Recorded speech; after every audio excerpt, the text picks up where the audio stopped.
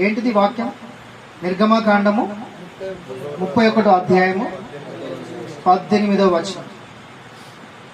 ఈ వాక్యములో దేవుడు అంటే ఈ ఆ ఒక్క వాక్యములోనే కాదు కానీ ఆ అధ్యాయం అంతా 31వ అధ్యాయం అంతా మనం చదివితే దేవుడు సీనాయి కొండ మీదికి మోషేను పిలిచిన సందర్భం మనకు కనబడుతుంది. దేవుడు మోషేను సీనాయి కొండ మీదికి పిలిచాడు. పిలిచి దేవుడు 10 ఆజ్ఞలు కలిగిన 2 పలకలను ఇజ్రాయేలుకు ప్రకటించు నిమిత్తము, ఇజ్రాయేలుకు ఆ యొక్క ధర్మశాస్త్రమును నేర్పించు నిమిత్తము మోషే ద్వారా దేవుడు ఇచ్చినట్టుగా లేదా మోషే చేతుల్లో దేవుడు ఆ కొండ మీద పెట్టినట్టుగా మనం చూస్తాం. ఆ కొండ మీద మోషే 40 దినములు 40 రాత్రులు ఉపవాసం ఉండి దేవుని యొద్ద ఉన్నట్టుగా, దేవునితో ఉన్నట్టుగా, దేవునితో సావాసము చేసినట్టుగా, దేవునితో మాట్లాడినట్టుగా, దేవుని ద్వారా ధర్మశాస్త్రమును పొందినట్టుగా మనము ఆ అధ్యాయంలో మనము చూస్తాం. అయితే ఈ యొక్క సీనాయి కొండ యొక్క అనుభవము కేవలం ఈ అధ్యాయములోనే కాదు. ఈ నిర్గమకాండము 19వ అధ్యాయం మొదలుకొని నిర్గమకాండము 34వ అధ్యాయం వరకు కూడా ఈయన తరచుగా కొండ మీదకి వెళ్ళడము, దేవుడు పిలవడము, ఈయన కొండ మీదకి వెళ్ళడము, మళ్ళీ రావడము, మళ్ళీ దేవుడు పిలిస్తే మళ్ళీ వెళ్ళడము, మళ్ళీ రావడం అనేది తరచుగా. ఇజ్రాయేల్ ప్రజలు ఐగుప్తు దేశంలో బానిసలు ఉండే మనందరూ తెలుసు. దేవుడు మోషే ద్వారా ఆ ఐగుప్తు బానిసత్వం నుంచి విడిపించాడు. వీళ్ళు ప్రయాణం చేస్తూ చేస్తూ చేస్తూ సీనాయి ఆ యొక్క అరణ్యంలోనికి వచ్చినప్పుడు సీనాయి కొండ మీదకి దేవుడు మొదటిసారి పిలిచిన సందర్భము నిర్గమకాండము 19వ అధ్యాయంలో మనకు కనబడుతుంది.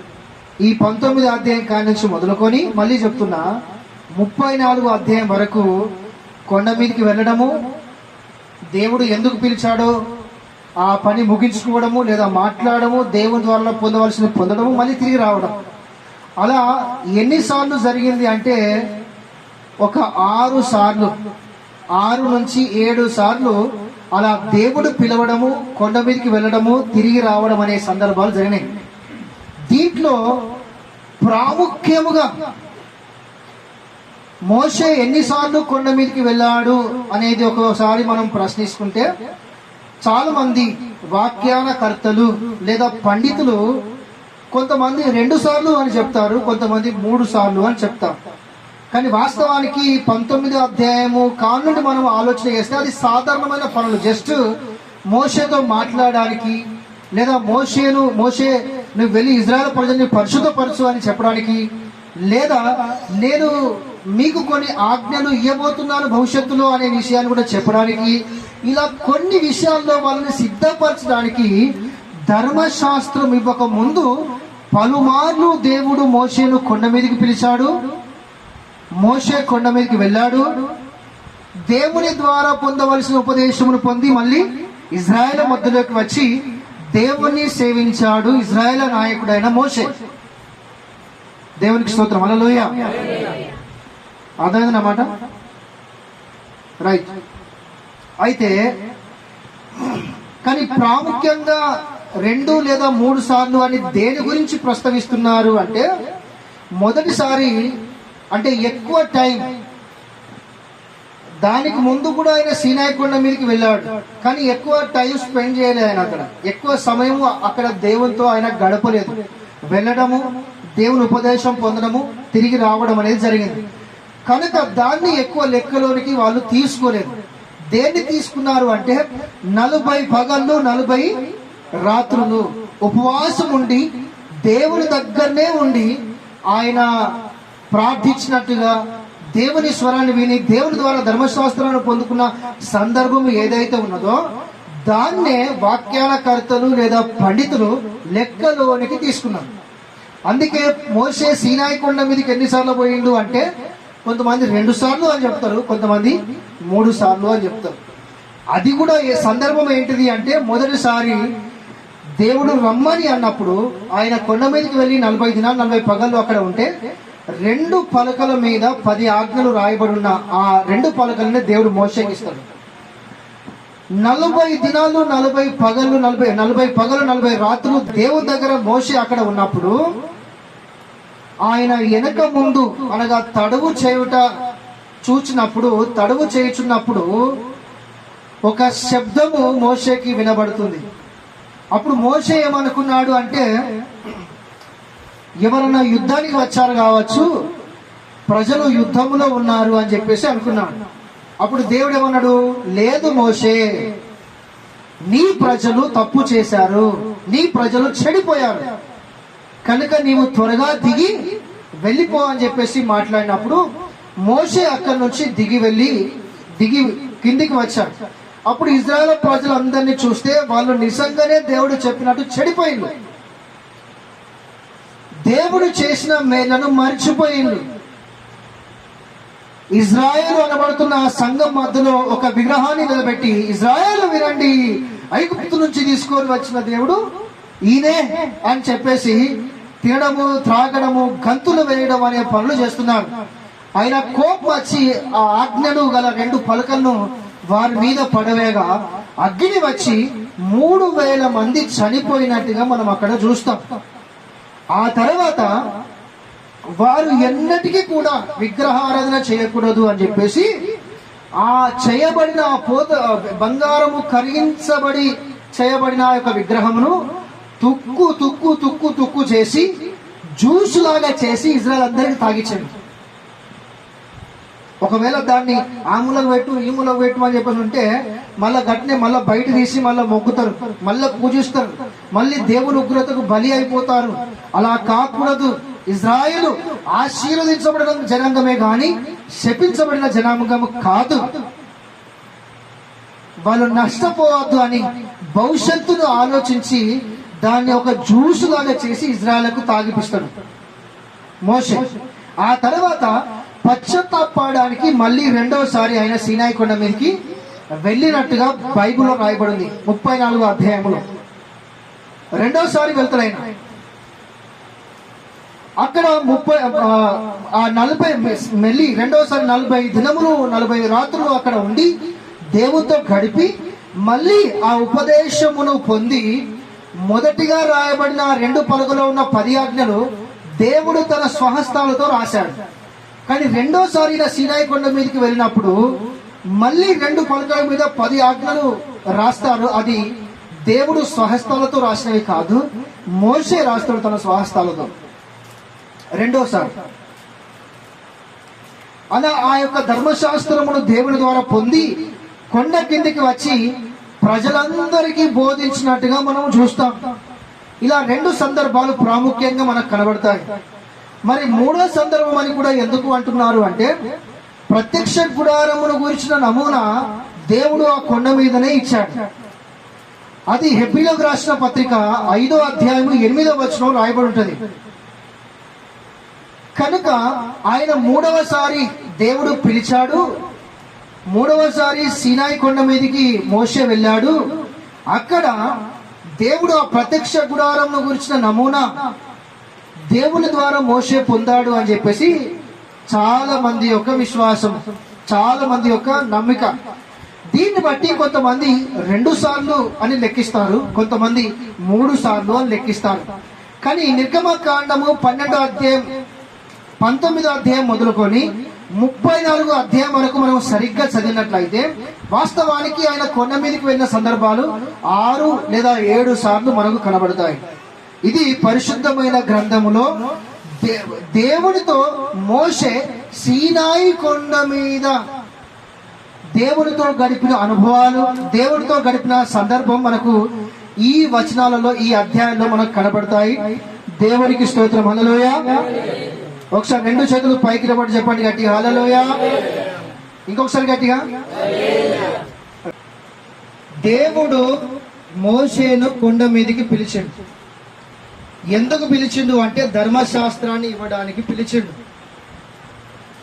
ధర్మశాస్త్రము ఎవరికి ఇవ్వాలి అంటే ఇజ్రాయేల్ ప్రజలకు ధర్మశాస్త్రాన్ని ఇవ్వాలి. ఎందుకు ఇవ్వాలి అంటే పాపము అంటే ఏంటిదో తెలవాలి, నీతి అంటే ఏంటిదో తెలవాలి. కనుక ధర్మశాస్త్రాన్ని వాళ్ళకి ఇవ్వాలి. ఇది మనము అర్థం చేసుకున్న పాఠం. కానీ ధర్మశాస్త్రాన్ని ఇవ్వడానికి దేవుని మనసులో ఉన్న ఆలోచన ఏంటిదో మనకు తెలియాలి. ఇవి రెండు తెలియాలి. వాక్యం మనకేం చెప్తున్నదో అది కావాలి. దేవుడు ఆ వాక్యమును పరిశుద్ధాత్మ ద్వారా రాయించటకు గల కారణం ఏంటిదో కూడా తెలియాలి. ఇవి రెండు తెలియాలి. అయితే వినండి చక్కగా. మనందరికీ తెలుసు, ఇజ్రాయేల్ ప్రజలు ఐగుప్తు దేశములో 400 సంవత్సరాలు బానిసలుగా ఉన్నారు. బానిసలుగా ఉన్న ఆ సందర్భంలో వాళ్ళు పడ్డ కష్టాన్ని, వాళ్ళ దుఃఖాన్ని దేవుడు చూశాడు. వాళ్ళు చేసిన మొరలను, ప్రార్థనలు దేవుడు విన్నాడు. అందుకు దేవుడు నిర్గమకాండం 3వ అధ్యాయం 1వ వచనం కాంచి చదివితే, దేవుడు ఆ పర్వతము మీద మోషేను దర్శించి, మోషే, ఇజ్రాయేల్ ప్రజల యొక్క కష్టాన్ని నేను చూసిన, వాళ్ళ మొరను నేను విన్నాను, ఇదిగో వారిని విడిపించడానికి నేను దిగి వచ్చాను, కనుక నీవు వెళ్ళు అని చెప్పేసి మాట్లాడితే, కొంత సమయం మట్టుకు ఆయన వెనక ముందు ఆడి తడబడ్డాడు. నన్ను కాకుండా నా ప్లేస్ లో ఇంకెవరన్నా పంపించమని అన్నట్టుగా కూడా మనం చూస్తాం. కానీ దేవుడు నువ్వే వెళ్ళాలి, అవసరం అనుకుంటే నీకు తోడుగా నీ అన్న అహరోను తీసుకొని వెళ్ళు, నేను మీకు తోడుగా ఉంటా అని 3వ అధ్యాయం అంతా మాట్లాడి 4వ అధ్యాయం అంతా ట్రైనింగ్ ఇచ్చి ఆయన ఆ యొక్క ఐగుప్తు దేశానికి వీరిద్దరిని కూడా పంపిస్తాడు. ఒకరిని దేవునిగా, ఒకరిని ప్రవక్తగా ఆ దేశానికి వీరిద్దరిని కూడా దేవుడు పంపిస్తాడు. వీరిద్దరి ద్వారా మోషే నాయకత్వంలో దేవుడు ఆ యొక్క 10 అద్భుతమైన తెగుళ్ళు ఆ యొక్క దేశం మీద కుమ్మరిస్తాడు. చూడండి, మోషే వెళ్ళి చెప్పు అని చెప్పింది దేవుడే. మళ్ళీ ఫరో దగ్గరికి వెళ్ళి, ఫరో వాళ్ళని వెళ్ళనీయద్దు అని చెప్పేసి అతని హృదయాన్ని కఠినపరిచింది కూడా దేవుడే. నిజమే. ఎందుకు దేవుడు అలా చేశాడు అంటే 5 విషయాలు ఉన్నాయి. అందులో ఒక్కటి ఏంటిది అంటే, ఐగుప్తు దేశంలో వాళ్ళు 10 రకాల దేవీ దేవతలను పూజించేవాళ్ళు. వాళ్ళు ఇంత గర్విస్తారు అంటే చాలా భయంకరమైన గర్వం. ఈ భూమి మీద మొదటి సామ్రాజ్యం, ప్రపంచాన్ని పరిపాలించిన సామ్రాజ్యం ఐగుప్తు సామ్రాజ్యం. దానికి చక్రవర్తి ఫరో. 10 దేవీ దేవతల్ని పూజిస్తారు. అందుకే వాటికంటే నేను గొప్పవాణ్ణి, వాటికంటే నేను శక్తివంతుణ్ణి అని ఆ దేశములో వారిలో ఎంత ఉన్నది, నాలో ఎంత ఉన్నది అనే ఆయన సత్తా చూపించుకోవడానికి ఫరో హృదయాన్ని కఠినపరిచి 10 తెగుళ్ళు ఆ దేశం మీద కుమ్మరిచి కింద మీద చేసి ఇజ్రాయేలు దేవుడే నిజమైన దేవుడు అని తన్ను తాను ప్రకటించుకున్నాడు. జీవగల దేవుడు. ఆమేన్. హల్లెలూయా. 2 చేతులు పైకి లేపట్టి చెప్పండి గట్టిగా, హల్లెలూయా, హల్లెలూయా. అలా ప్రకటించుకున్న దేవుడు, అలా తన్ను తాను ప్రత్యక్షపరుచుకున్న దేవుడు ఆ మోషే నాయకత్వంలో ఇజ్రాయేల్ ప్రజల్ని ఐగుప్తు నుంచి బయటికి తీసుకొని వచ్చాడు. ఎర్ర సముద్రాన్ని 2 పాయలు చేశాడు. మారాను మధురంగా మార్చాడు దేవుడు. ఇవన్నీ చేసుకుంటూ వాళ్ళు వస్తున్న ఆ ప్రయాణంలో దేవుడు అనేకమైన అద్భుతాలు చేసిండు. వాళ్ళు ఆ ఐగుప్తు దేశంలో 10 తెగుళ్ళు దేవుడు కుమ్మరించినప్పుడు కళ్ళతో చూసిండు. రెండోది, ఆ ఎర్ర సముద్రాన్ని దేవుడు మోషే ద్వారా 2 పాయలు చేస్తే ఆ సముద్రములో నుంచి నడిచినాడు కదా. మూడోది, తాగడానికి దాహం వేస్తుంది అంటే ఒక చిన్న నది, ఒక చెరువు లాంటి ప్రాంతానికి వచ్చినప్పుడు అది తాగుదామంటే అది చేదు. అవి తాగిన ప్రజలు చచ్చిపోతారు, అంత భయంకరమైన చేదు. మోషే మళ్ళీ దేవుడికి ప్రార్థిస్తే దేవుడు అన్నాడు, అక్కడ కనబడుతున్న చెట్టు దాని యొక్క కొమ్మను విరిచి అందులో వేయి, అవి మధురంగా మారిపోతాయి అంటే దేవుడు చెప్పినట్టు మోషే చేసినప్పుడు ఆ నీళ్లు మధురంగా మారిపోతే వాళ్ళు తాగి బలం పొందుకొని మళ్ళీ ముందుకు ప్రయాణిస్తారు. ఆ నీళ్లు వాళ్ళు తాగలేదా? చేదుగొన్న నీళ్లు మధురంగా మారలేదా? ఆ నీళ్లు వాళ్ళు తాగలేదా? ఇలా ఇంకా మీ అందరికీ తెలుసు, తెలియని విషయాలు ఏం కాదు. ఇంకా చాలా అద్భుతాలు, ఆశ్చర్యమైన కార్యాలు దేవుడు జరిగించాడు, చేశాడు. కానీ ఇజ్రాయేల్ ప్రజలలో ఉజ్జీవం అనేది రాలేదు. గుర్తించండి, ఇజ్రాయేల్ సంఘములో ఉజ్జీవం రాలేదు. ఇజ్రాయేల్ ప్రజలలో మార్పు రాలేదు, మారు మనసు రాలేదు, స్థిరత్వం రాలేదు, సరి అయిన విశ్వాసం రాలేదు. మార్పు రాలేదు, స్థిరత్వం రాలేదు, సరి అయిన మారు మనసు రాలేదు, సరి అయిన విశ్వాసం రాలేదు. అసలు ఆ సంఘంలో ఉద్యమమే లేదు. అందుకొరకే ఇది కాదు, వీళ్ళకి ఇంకా వేరే ఏదో కావాలి.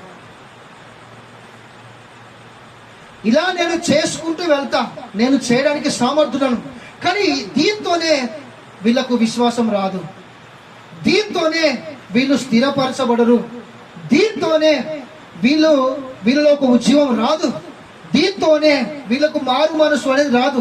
సంథింగ్ ఇస్ రాంగ్, ఇంకా ఏదో కావాలి.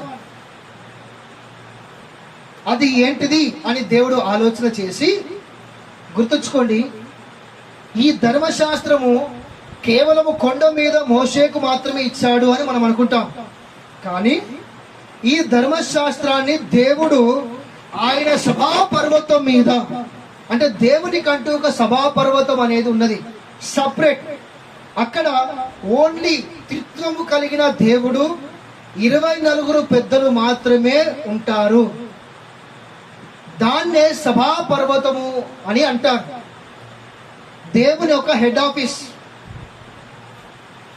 అక్కడ దేవుడు ఈ ధర్మశాస్త్రాన్ని ఆల్రెడీ దూతల ద్వారా నియమించినట్టుగా, దేవుడు దూతలకు ఇచ్చినట్టుగా అపోస్తల కార్యములో గలతీయులకు రాసిన పత్రికలో 2 రెఫరెన్స్లు ఉన్నాయి. 2 సార్లు బైబిల్లో రాయబడింది. దూతల ద్వారా నియమించాడు, దూతలకు ఇచ్చాడు అని చెప్పేసి. అలా ఆల్రెడీ ఉన్న ఆ ధర్మశాస్త్రాన్ని ఒక సమయం వచ్చినప్పుడు దేవుడు మోషే ద్వారా, దేవుడు కొండ మీద మోషేకి ఇచ్చాడు, మోషే ద్వారా ఇజ్రాయేల్ ప్రజలకు ప్రకటించినట్టుగా, లేదా మోషే ద్వారా ఇజ్రాయేల్ ప్రజలకు అందించినట్టుగా మనం చూస్తున్నాం. మరి ధర్మశాస్త్రమును ఎందుకు ఇచ్చాడు అంటే, మన నమ్మకం ఏంటిది, మన అవగాహన ఏంటిది అంటే, ప్రజలలో నీతి అంటే ఏంటిదో తెలవాలి, పాపం అంటే ఏంటిదో తెలవాలి. కానీ దేవుని ఆలోచన ఏంటిది అంటే, ప్రజలు స్థిరపరచబడాలి, ప్రజలలో మార్పు రావాలి, ప్రజలలో ఒక ఉజ్జీవము రావాలి. అందుకొరకే దేవుడు ధర్మశాస్త్రాన్ని ఇచ్చాడు. సాతాను ఏం చేసిండు అంటే, దేవుని వాక్యాన్ని, సంఘాన్ని దేవుని వాక్యానికి దూరం చేసి, ప్రవచనాలు అని, అద్భుతాలు అని, సూచక క్రియలు అని చెప్పేసి, వరాలు అని చెప్పేసి వాటి వైపు సాతాను త్రింపినట్టుగా, అలాంటి కాలంలోనే, అలాంటి పరిస్థితుల్లోనే మనం ఉంటున్నట్టుగా మనం చూస్తున్నాం.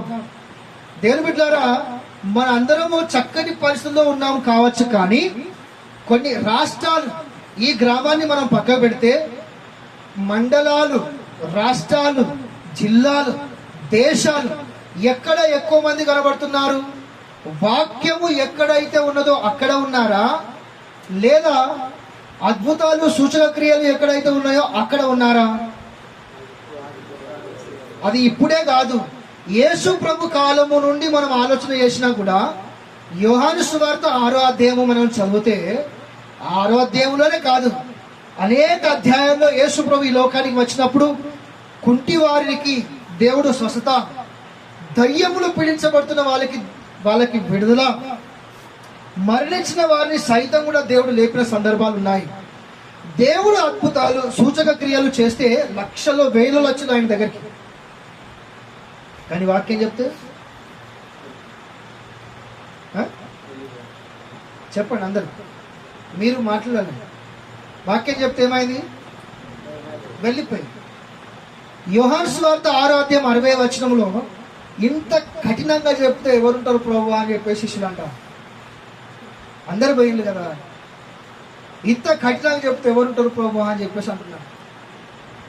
మీరు కూడా వెళ్ళాలి అనుకుంటే వెళ్ళిపోండి. నా యొద్ద ఉన్నవాడే నావాడు అంటే శిష్యులు అంటారు, నిత్య జీవం నీ యొద్ద ఉన్నది, నిన్ను విడిచి మేము ఎక్కడికి వెళ్తాము అంటే అప్పుడు దేవుడు అంటాడు, ఇది మీరు సొంతంగా పలికిన మాట కాదు, నా తండ్రి మీకు బయలుపరిచిండు అని చెప్పేసి మాట్లాడతాడు. దేవునికి స్తోత్రం. హల్లెలూయా చెప్పండి గట్టి, హల్లెలూయా. అయితే ఇక్కడ విషయం ఏంటిది అంటే సాతాను చాలా మందిని ఈ ముసుగులో పడవేసిండు. దీని అర్థము దేవుడు అద్భుతాలు చేయడానికి కాదు. మన మధ్యలో జరుగువా? ఎంతమంది దయ్యముతో పీడించబడుతున్న వాళ్ళు స్వస్థ పొందుకోలేదు, ఎంతమంది అనారోగ్యంగా ఉన్న వాళ్ళు విడుదల పొందుకోలేదు, ఎంతమంది అశాంతితో ఉన్న వాళ్ళు, ఎంతమంది మారు మనసు లేకుండా ఉన్న వాళ్ళు, ఎంతమంది దేవునికి దూరంగా ఉన్న వాళ్ళు ఈరోజు దేవుని వాక్యం ద్వారా దేవునితో ఇలాంటి సందర్భంలో కూడా దేవునితో గడపగలుగుతున్నారు లేరా? మనందరిలో ఒక్కొక్కరికి ఒక్కొక్క సాక్ష్యం లేదా? మనందరం దేవుని చేత పట్టబడ్డ వాళ్ళము కాదా? దేవుడి ద్వారా అద్భుతాన్ని పొందుకున్న వాళ్ళము కాదా? దేవుడి ద్వారా విడుదల పొందుకున్న వాళ్ళము కాదా? అవును. కానీ చాలా మంది, చాలా ప్రాంతాల్లో చాలా మంది సేవకులని, చాలా సంఘాలని సాతాను ఆ ముసుగులో వేశాడు. ఇదే సత్యము, ఇదే అసలైంది, ఇదే ఇదే ఇదే అని చెప్పేసి. అది తప్పు. ఆ తప్పులో పడిపోయిన వాళ్ళు చాలా మంది ఉన్నారు. చూడండి, అద్భుతాల ద్వారా, సూచన క్రియల ద్వారా ఒక మనిషిని దేవుని యొద్దకు తీసుకురావచ్చు, కానీ ఆ వ్యక్తిని దేవుని రూపంలో మార్చలేం. అంతే కదా? దేవుని దగ్గరికి ఆకర్షించవచ్చు, దేవుని దగ్గరికి తీసుకొని రావచ్చు, మందిరం వరకు పిలవచ్చు, మందిరం వరకు రావచ్చు, కానీ ఆ వ్యక్తిని ఒక మార్పులోనికి, ఆ వ్యక్తిని ఒక ఉద్యమంలోనికి, ఆ వ్యక్తిని ఒక స్థిరత్వంలోనికి వాటి ద్వారా తీసుకురాలేము. అది జరగాలి అంటే ఖచ్చితంగా ధర్మశాస్త్రం కావాలి. అది జరగాలంటే ఖచ్చితంగా అపోస్తుల బోధ, జీవము గల దేవుని వాక్యమే కావాలి. హల్లెలూయా చెప్పండి గట్టి, హల్లెలూయా. అందుకొరకే దేవుడు ఈ ధర్మశాస్త్రాన్ని ఇచ్చాడు. ధర్మశాస్త్రము ఇవ్వక ముందు ప్రజలు ఒకలాగా ఉండే, ధర్మశాస్త్రం ఇచ్చిన తర్వాత ప్రజలు ఇంకొకలాగా మారిపోయారు.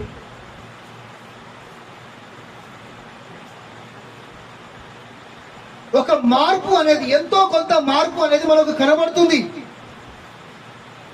ధర్మశాస్త్రం రాకముందు అజ్ఞానం మనకు కనబడుతుంది, ధర్మశాస్త్రం వచ్చిన తర్వాత ఒక రకమైన జ్ఞానము మనకు కనబడుతుంది వారి మధ్యలో.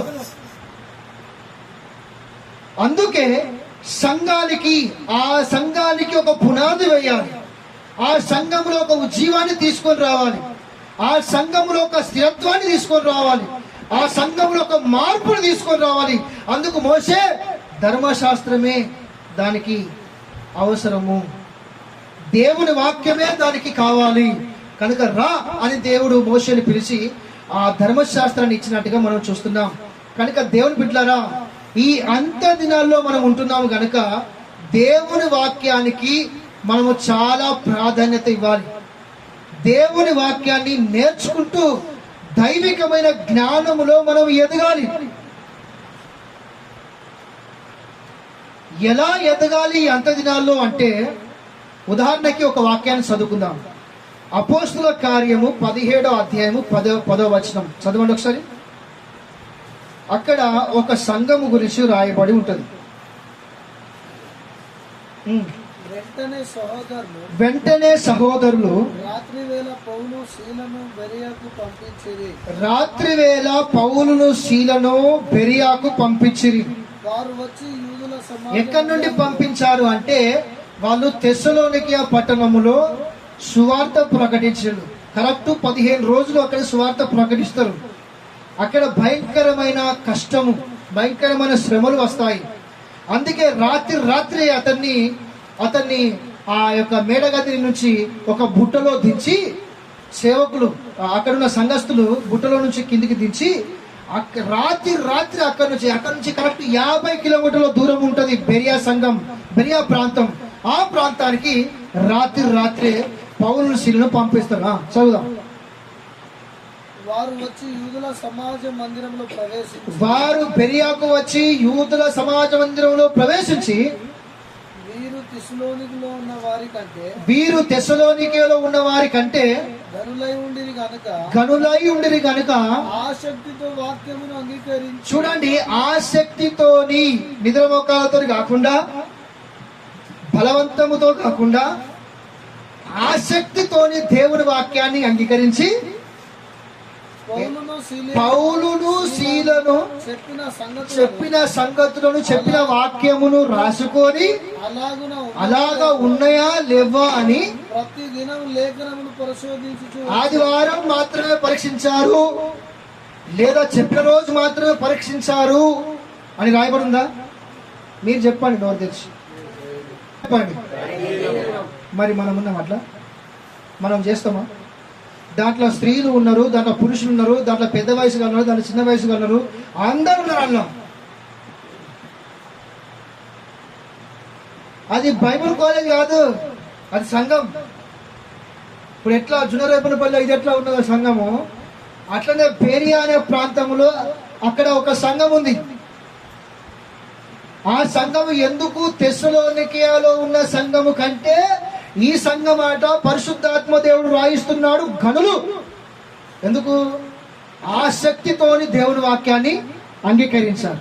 రెండోది ఏంటిది? దేవుని వాక్యాన్ని అలా ఉన్నాయో లేవో అని చెప్పేసి పరిశోధించింది. ప్రతిదినం, అది కూడా మళ్ళా ప్రతిదినం. ఎందుకు చేయాలట్లా? మీరు చెప్పండి, ఎందుకు చేయాలట్లా? సరే, వాళ్ళు చేసిన పని మంచిదా చెడ్డదా? అదన్నా ఎప్పుడు కనీసం మంచిదా చెడ్డదా?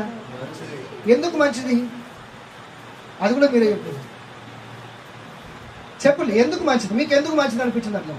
ఇప్పుడు మంచిదని మీరే అన్నారు కదా, ఎందుకు మంచిది అనిపించింది చెప్పండి. ఉదాహరణకి ఎందుకు మంచిది అంటే, ప్రకటన గ్రంథం 2వ అధ్యాయం 1 నుంచి 4-5 వచనాలు చదివితే ఎఫెసీ సంఘం గురించి రాయబడింది. ఆ సంఘములో 2 రకాల దొంగ బోధలు వచ్చాయి. ఒక రకమైన దొంగ బోధలు ఎవరు అంటే, అపోస్తులు కాకయే తాము అపోస్తులమని చెప్పుకునే వారు ఆ సంఘంలోకి వచ్చింది.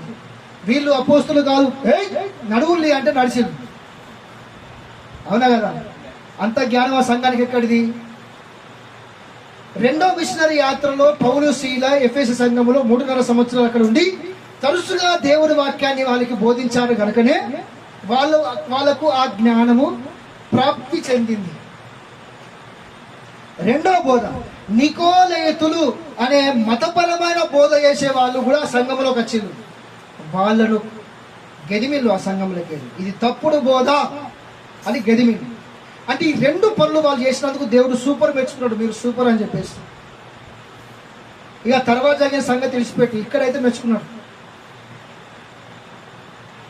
దానికి కారణం ఏంటిది అంటే, దేవుని సేవకులు చెప్పిన వాక్యమును వాళ్ళు విన్నారు, వాళ్ళు రాసుకున్నారు, దాని మీద వాళ్ళు నిష్ఠ కలిగి ఉన్నారు. ఒక మాటలు చెప్పాలంటే, ఆ వాక్య బోధ ద్వారా దైవికమైన జ్ఞానమును కలిగిన వారిగా, దైవికమైన జ్ఞానమును పొందిన వారిగా ఆ యొక్క సంఘం మనకు కనబడుతున్నది. ఎందుకు దైవికమైన జ్ఞానం మనకు కావాలి అంటే, మేరా జ్ఞాన్ నా होने के कारण मेरा प्रजा नाश हो गया. ओशया उसका 4వ అధ్యాయం 6వ వచనం में लिखे हैं. మనము నశించిపోకూడదు అంటే దైవికమైన జ్ఞానం మనకు కావాలి. మనము తప్పిపోకూడదు, కుడి ఎడమలకు మనము తప్పిపోకూడదు. యెహోషువ గ్రంథం 1వ అధ్యాయం 8వ వచనం రాయబడింది.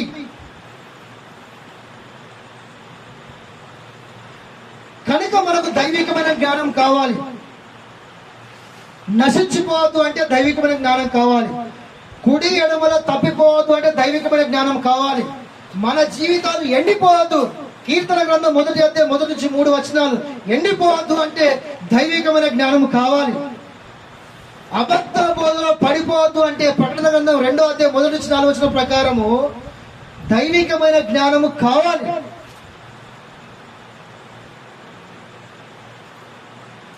నిజమే కావాలా కావద్దా? ఉండాలా ఉండద్దా? ఉండాలి. అది ఎక్కడ దొరుకుతుంది అంటే దేవుని సన్నిధిలో 2 భాగాలుగా ఒకటిగా కనబడుతున్న దైవికమైన గ్రంథమైన బైబుల్ దగ్గర. ఆ వాక్యాన్ని నువ్వు చదివి, ఆ వాక్యాన్ని నువ్వు ధ్యానించి దాన్ని అర్థం చేసుకున్న ద్వారా నీకు దైవికమైన జ్ఞానము పొందుకుంటావు. అలా మనకు దైవికమైన జ్ఞానం దొరుకుతుంది. ఎందుకు పిలిచాడు మోషే కొండ మీదకి చెప్పండి? ధర్మశాస్త్రమును గట్టిగా చెప్పండి. అందరు కలిసి చెప్తే కొంచెం సంతోషిస్తారు. ధర్మశాస్త్రాన్ని ఇవ్వడానికి. ఎవరికి ఇవ్వాలి? ఎందుకు ఇవ్వాలి? ఎందుకు ఇవ్వాలి అంటే దేవుడు ఆ ఐగుప్తు నుంచి అనేకమైన అద్భుతాలు చేసుకుంటూ చూయించుకుంటూ వచ్చాడు. కానీ మనిషి జీవితం మారిందా? ఉద్యోగం వచ్చిందా? వాళ్ళు స్థిరత్వం ఉన్నదా? కనుక వాళ్లకు ఆ సంఘానికి ఒక పునాది వేయడానికి ధర్మశాస్త్రాన్ని దేవుడు ఇచ్చాడు. ఇది మొదటి విషయం. కనుక మనము అంత దినాల్లో ఉన్నాం. రాబోతున్న దినాలలో దేవుని వాక్యము దొరకని రోజులు వస్తాయి అని చిన్న ప్రవక్తల గ్రంథాల్లో రాయబడి ఉంది. అలాంటి పరిస్థితులు వస్తాయి. కొంతమంది పాస్టర్లను ఇట్లా కొట్టిండు అంటే భయంకరంగా కొట్టిండు. ఎందుకు అంటే అక్కడ యాంటీ కన్వర్షన్ లా అనే బిల్లు పాస్ చేసింది. పాస్ చేయడమే కాదు, దాని వెనుక భయంకరమైన కుట్ర నడుస్తుంది క్రైస్తవులకు వ్యతిరేకంగా.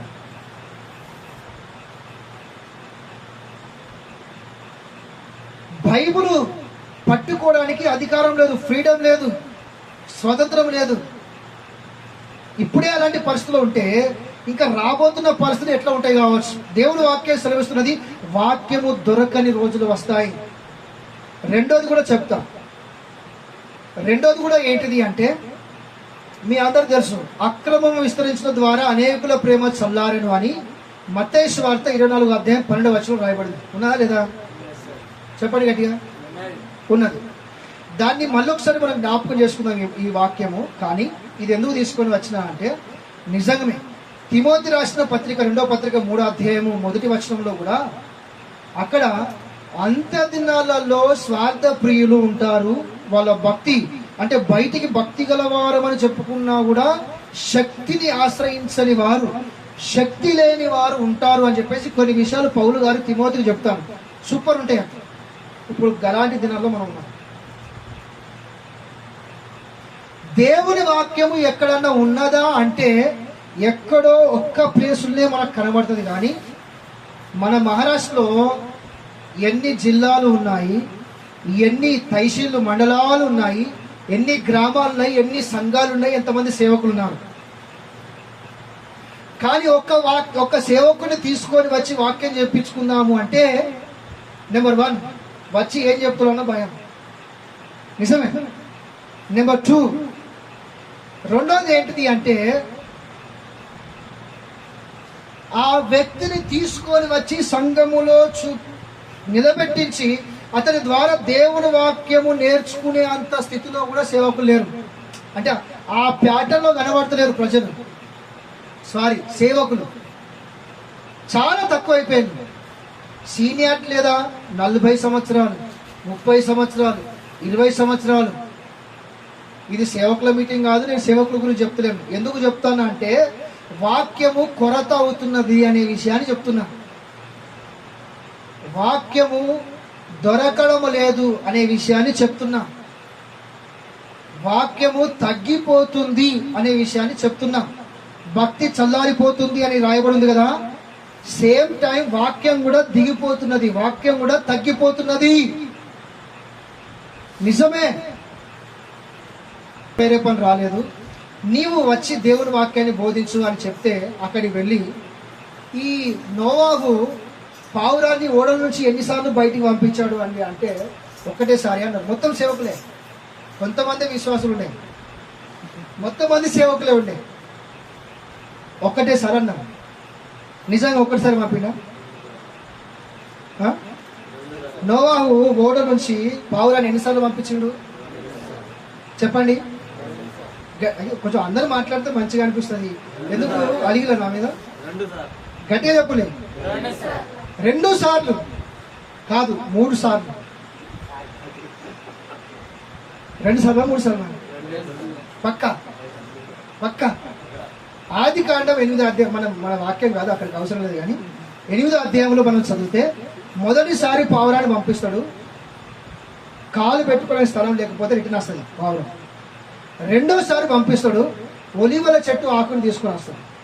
3వసారి పంపిస్తాడు, ఇక రాడు, ఇక అటే.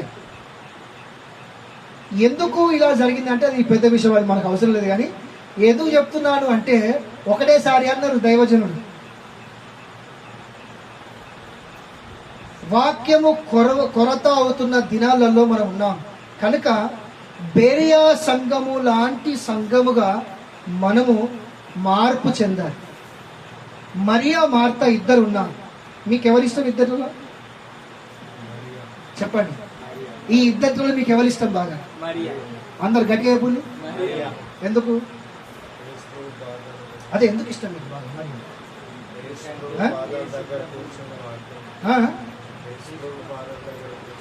అయ్యో కొంచెం గట్టిగా చెప్పులు, అందరు చెప్తే మంచిగా ఉంటుంది. యేసు ప్రభు అంటే బోకులు వద్దా? అన్నం వండుకోవద్దా? మరి అండింది ఎట్లా తప్పైంది?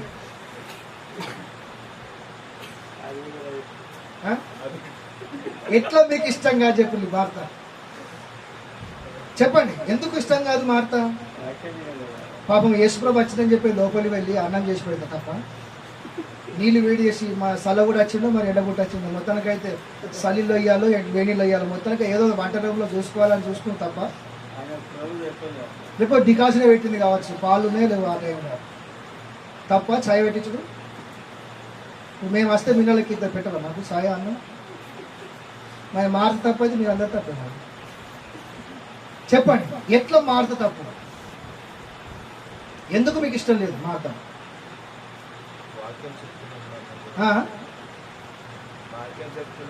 అది మీటింగ్లో వాక్యం చెప్తాను ఆయన జస్ట్ ఇంటికి తీసుకొచ్చి కూర్చుని పెట్టిండు.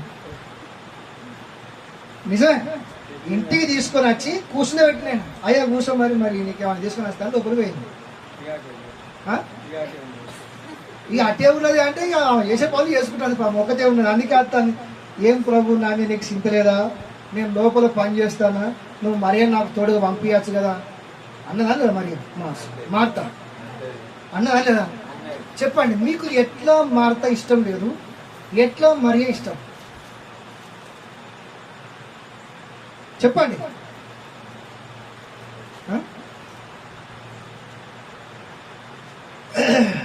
తల్లులారా మార్త చేసింది తప్పు కానే కాదు.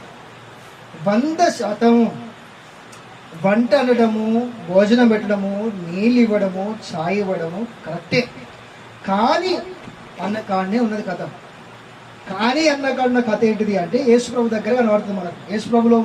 యేసుప్రభు అన్న మాటలో మనకు కనబడతాము చేసిన పొరపాటు ఏంటిదో. మరియా మార్త, నీవు అనేకమైన పనులు నీ ఎదుట పెట్టుకొని అసలైంది మర్చిపోయినవు, మరియా ఉత్తమమైన దాన్ని ఎన్నుకున్నది అని యేసు ప్రభు చెప్పాడు.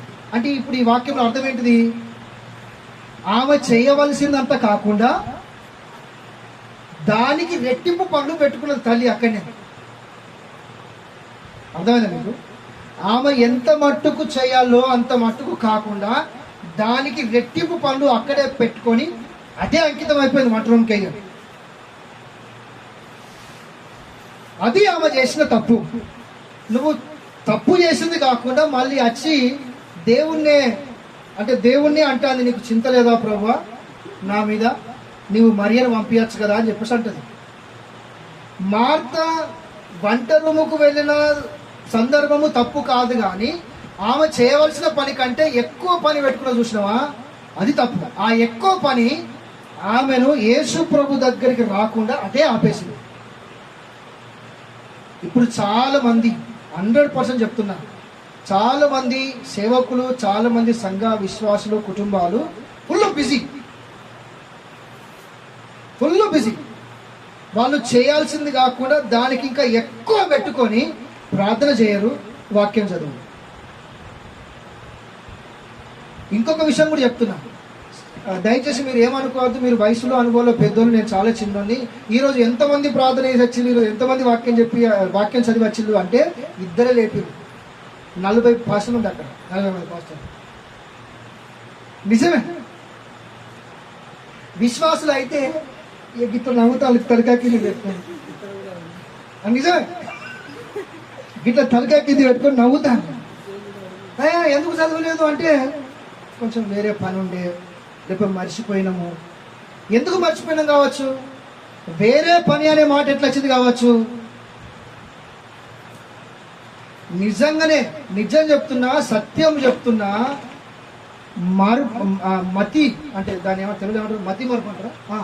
మతి మరుపు అనేది మనుషుల్లో ఉన్నది, మనుషుల్లోనికి వచ్చింది. అది ఏం చేసింది అంటే, అసలు అదెందుకు వచ్చింది దొరికేనా, మనము చేయవలసిన పనుల కంటే ఎక్కువ పనులు మన దగ్గర పెట్టుకునేసరికి ఆ మతి మరుపు వచ్చి అది ఏం చేసింది, మనల్ని ప్రార్థనకు, వాక్యానికి దూరం చేసింది. అది ప్రాబ్లం. వాక్యం, పోయిన వారం మీ సేవకుడు ఏం వాక్యం చెప్పిండు మీకు? మీ అందరు తెలుసు. ఒకసారి నేను ఇక్కడ మీ మధ్యలోకి వచ్చినప్పుడు రెకాబీల గురించి చెప్పిన గుర్తుందా? వాళ్ళు 300 సంవత్సరాలు వాళ్ళ పితరుడు అభినాదాబు వాక్యం చెప్తే 300 సంవత్సరాలు అయినా కూడా ఒక పుల్ల పోకుండా జ్ఞాపకం ఉంచుకున్నారు. కుడిమికి కానీ ఎడమకు కానీ తొలగకుండా అదే బోధలో నిష్ఠ కలిగి ఉన్నారు. అదే బోధకు తలవంచి విధేయత చూపించింది. అదే బోధలో మొగడిపోయింది 300 సంవత్సరాలు. మనం పోయిన వారం చెప్పిన వాక్యం ఈరోజు గుర్తుండదు, కుటుంబ ప్రార్థన చెప్పిన వాక్యం కూడా గుర్తుండదు, ఇవాళ చెప్పిన వాక్యం రేపు ఉంటుండో అద్దెలో. అలాంటి పరిస్థితులు ఉన్నాయి. ఎందుకు అంటే మనము ఒకరితో ఒకరు మాట్లాడుకోం. దీని గురించి అన్నీ మాట్లాడతాం కానీ వాక్యం మాట్లాడాం. అన్నిటి మీద మనసు ఉంటుంది కానీ వాక్యం మీద మనసు ఉండదు. ఆసక్తి అనేది, ఉజ్జీవం అనేది, ప్రేమ అనేది, విధేయత అనేది, ఆత్మీయ జీవితం అనేది, వాక్యం అనేది తగ్గిపోతున్నది. మనము అంత్య దినాల్లో ఉన్నాము. వాక్యమే నీకు అన్ని రకాలుగా నీకు కృప చూపించేది, అన్ని రకాలుగా నీకు సహాయం చేసేది, అన్ని రకాలుగా నీకు తోడునిచ్చేది, అన్ని రకాలుగా నీకు బలమునిచ్చేది, అన్ని రకాలుగా నీ తొగకు వెలుగునిచ్చేది దేవుని వాక్యమే. సాతాను గాడు అనేకమైన విషయాలు మన దగ్గర తీసుకొని వచ్చి మనల్ని మోసము అనే తొగలో తీసుకొని పోతున్నాడు. మర్చిపోతాము దేవుని వాక్యం చదవడము, ప్రార్థించడము, దేవుని జ్ఞాపకం చేసుకోవడము, దేవుని గురించి మాట్లాడము, దేవుని గురించి చెప్పడము, దేవుని గురించి ఆసక్తి కలిగి ఉండడము, లేదా దేవుని గురించి పరిచయలో ఆయన రాజ్యం నిమిత్తం ముందుకు సాగడము, ఇవన్నీ తగ్గిపోయినాయి. కానీ సంఘానికి ఇదే పునాది. సంఘంలో మార్పు తీసుకొని వచ్చేది వాక్యమే, సంఘములో స్థిరత్వం తీసుకొని వచ్చేది వాక్యమే, సంఘములో మార్పు, ఉద్యోగం తీసుకొని వచ్చేది వాక్యమే. వాక్యమే వాక్యమే వాక్యమే. హల్లెలూయా. వాక్యమే. ఆ వాక్యమే దేవుడై ఉన్నాడు. కనుక ప్రియులారా, ఇది దేవుడు ఈ మొదటి పాయింట్తో దేవుడు మనతో మాట్లాడుతున్నాడు. ఏంటంటే దయచేసి వాక్యాన్ని మర్చిపోకండి, దయచేసి వాక్యాన్ని చదవండి, ధ్యానించండి, ప్రార్థించండి. ఇలాంటి అవకాశాలు దేవుడిస్తే ఖచ్చితంగా అందులో ఉండి దేవుని వాక్యాన్ని నేర్చుకోండి. నేను నేర్చుకోవాలి, మన అందరం నేర్చుకోవాలి. ఇలా నేర్చుకుంటూ దైవికమైన జ్ఞానాన్ని మనము పొందాలి. సిర్ఫ్ ఓన్లీ రావడము, కూర్చోవడము, వినడమే కాదు, అది మన మెమొరీలో ఫిట్ కావాలి. నిద్రలో లేపి చెప్పినా కూడా మోషేను ఎందుకు దేవుడు పిలిచాడు కొండ మీద కంటే ధర్మశాస్త్రాన్ని ఇవ్వడానికి పిలిచాడు సార్ అని చెప్పాలి. ఎవరికి అంటే ఇజ్రాయెల్. ఎందుకు అంటే వాళ్ళకు ఒక పునాది వేయడానికి, వాళ్ళలో ఒక మార్పు చూడడానికి, వాళ్ళలో ఒక స్థిరత్వాన్ని చూడడానికి దేవుడు ఇచ్చాడు అని చెప్పగలగాలి నువ్వు. ఎందుకంటే రేపు ఈరోజు బైబుల్ ఉన్నది కనుక చూస్తున్నావు, ఈరోజు బుక్ ఉన్నది కనుక నువ్వు చూసి చెప్తున్నావు. ఈ వారం నేర్చుకున్నది, ఇప్పుడు పోయిన వారం నేర్చుకున్నది చూసి చెప్తున్నది ఖచ్చితంగా చెప్తాను. మరొక రోజు వస్తుంది, ఈ బైబుల్ నీ చేతిలో ఉండదు, ఆ బుక్ పేరు కూడా నీ చేతిలో ఉంటుంది. మరి అప్పుడు చెప్పండి, అప్పుడు అంతే కదా? అర్థమవుతుంది. అప్పటి పరిస్థితి ఎట్లుంటుంది కావచ్చు మరి మనది ఆలోచన చేయండి. అందుకొరకే చదువుకున్న వాళ్ళైనా చదువు లేని వాళ్ళైనా కూడా అందరూ మీ హృదయమైన పలక మీద దేవుని వాక్యాన్ని ముద్రించుకోవాలి. ఆమేన్. హల్లెలూయా. దేవుడు మిమ్మల్ని అందరినీ దీవించుగాక.